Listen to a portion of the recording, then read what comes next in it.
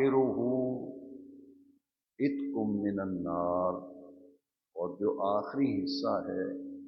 وہ تو جہنم سے آزادی، جہنم سے نجات اور جہنم سے چھٹکارے کا حصہ ہے۔ 3 حصوں میں تقسیم فرمایا تو رمضان الکریم 29 دن کا ہوتا ہے یا 30 دن کا۔ نبی کریم علیہ الصلوۃ والسلام کی ظاہری حیات طیبہ میں فرضیت روزہ کے بعد سن 2 ہجری میں روزے فرض ہوئے اور کل 9 رمضان شریف آئے تھے نبی کریم علیہ السلام کی ظاہری حیات طیبہ۔ ان میں سے 1 سال رمضان شریف کا مہینہ 30 دن کا ہوا تھا، باقی تمام مہینے 29 دن کے ہوئے تھے۔ اللہ کریم نے حضور کے غلاموں پر یہ کرم فرمایا، اگر رمضان المبارک 29 دن کا ہو اور 29 پہ چاند نظر آ جائے تو اہل ایمان کو روزے تو انہوں نے 29 رکھے، 30واں روزہ رکھنے کا موقع ہی نہیں ملا کہ عید کا چاند نظر آ گیا، لیکن رب کریم کا یہ لطف و کرم اور فضل و احسان ہے کہ ثواب نامہ اعمال میں پورے 30 روزوں کا لکھا جاتا ہے۔ یہ مہینہ چاند نظر آنے سے لے کر عید کا چاند نظر آنے تک پورے کا پورا مہینہ یہ خیر و برکت، رحمت، انوار و تجلیات کا مہینہ ہے۔ حضور نبی کریم علیہ السلام نے اس ماہ مبارک کی عظمت کے حوالے سے ایک بڑی ہی اہم بات ارشاد فرمائی۔ نبی کریم علیہ السلام نے فرمایا کہ اگر لوگوں کو علم ہو جائے، لوگوں کو پتہ چل جائے کہ اس ایک مہینے میں رب کریم نے کتنی برکتیں رکھی ہیں، تو لوگ تمنا کریں کہ کاش سارا سال ہی رمضان شریف کا مہینہ رہے۔ اس قدر ماہ عظیم ہے رمضان الکریم، رمضان المبارک، اور اس مہینے میں برکتیں اس قدر بڑھ جاتی ہیں اور نیک اعمال کی جزا اور اجر اتنا بڑھ جاتا ہے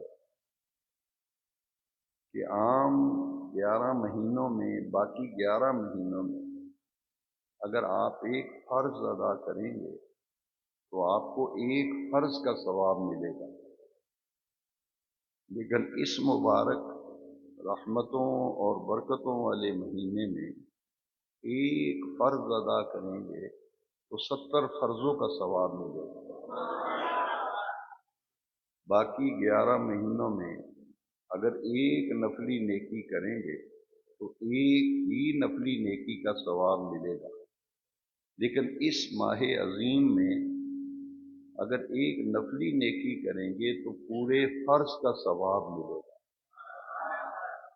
یعنی اجر کے اعتبار سے، جزا کے اعتبار سے ہر نیک عمل کی جزا اس مبارک مہینے میں بڑھ جاتی ہے۔ اور پھر اس مہینے میں اللہ کے راستے میں مال خرچ کرنا، جسے قرآن مجید کی اصطلاح میں انفاق فی سبیل اللہ کہتے ہیں۔ انفاق کا معنی ہے خرچ کرنا،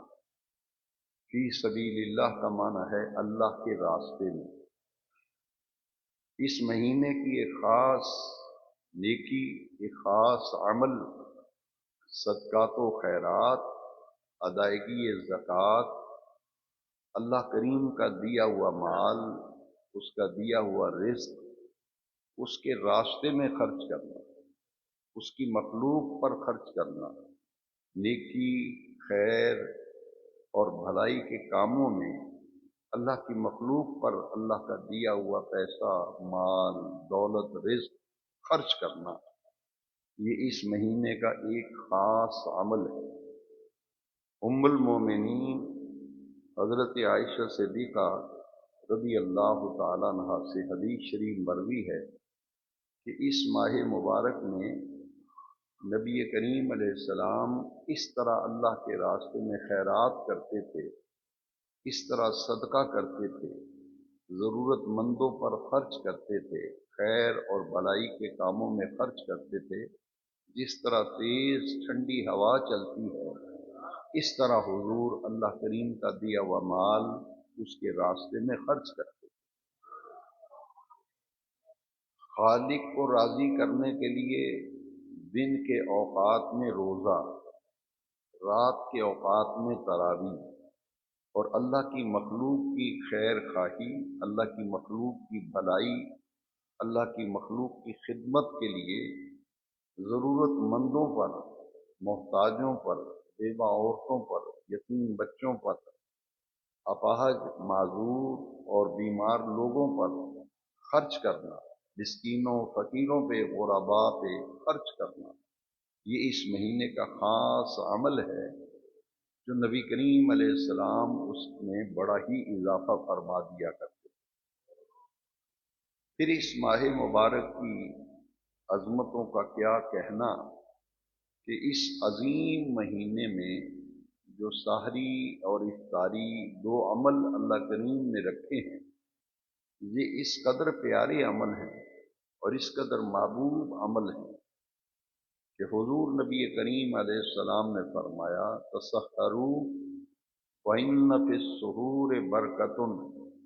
سحری ضرور کیا کرو کہ سحری کے کھانے میں اللہ رب العزت نے بڑی ہی برکتیں رکھی ہیں۔ پھر رمضان الکریم کے رحمتوں اور برکتوں والے مہینے میں وقت افطار، اس کو اتنی اہمیت حاصل ہے کہ خود نبی نور و رحمت حضور خاتم النبیین رحمت للعالمین صلی اللہ علیہ وسلم نے فرمایا کہ الدعاء مستجاب عند فطرہ، کہ روزہ افطار کرتے وقت جو دعا مانگی جاتی ہے وہ رب العزت کی بارگاہ میں قبول ہوتی ہے۔ تو اس پورے مہینے میں بڑی ہی خیر ہے، بڑی ہی برکتیں ہیں، لیکن ان میں دو اوقات کو خاص اہمیت دی گئی۔ سحری کا وقت ہر کوئی جانتا ہے کہ یہ گہری نیند کا وقت ہے، بلکہ معروف بات ہے کہ ہر بیمار سے بیمار آدمی بھی جس کو رات بھر نیند نہیں آتی، جب سحری کا وقت آتا ہے تو اس کی بھی آنکھ لگ جاتی ہے۔ یہ گہری نیند کا وقت ہے، لیکن آپ اندازہ فرمائیں جو گہری نیند کا وقت ہے، سونے کا وقت ہے، آرام کا وقت ہے، پوری دنیا میں پہرے بیٹھ جاتے ہیں، بازاروں میں چوکیدار سیٹیاں بجاتے ہیں، ہر دفتر، ہر محکمے والے انہوں نے چوکیدار رکھے ہوتے ہیں، سیکورٹی گارڈ ہیں، راتوں کو خزانوں پہ پہرے لگ جاتے ہیں، اور ہر کوئی خاموشی کی دنیا میں گم ہوتا ہے، لیکن اس وقت کو اتنی اہمیت حاصل ہے کہ دنیا کے خزانوں پہ تالے لگ جاتے ہیں مگر اللہ کے خزانے کھل جاتے ہیں۔ دنیا کے مال کے لیے آپ صبح سے شام تک دکان پہ بیٹھتے ہیں، دفتر پہ بیٹھتے ہیں مال کمانے کے لیے، لیکن نیکیاں کمانے کے لیے، خیر کمانے کے لیے، بھلائی کمانے کے لیے اللہ کریم نے رات کا وقت رکھا ہے، اور وہ بھی حدیث شریف میں آتا ہے کہ رات کے 3 پہر گزر جائیں، جو رات کا چوتھا پہر شروع ہوتا ہے، جس وقت ہم سحری کرتے ہیں، یہ رات کا چوتھا پہر، غروب آفتاب کا وقت آپ نوٹ کریں کیلنڈر مل جاتے ہیں کہ سورج اتنے بجے غروب ہوتا ہے، اتنے بجے طلوع ہوتا ہے،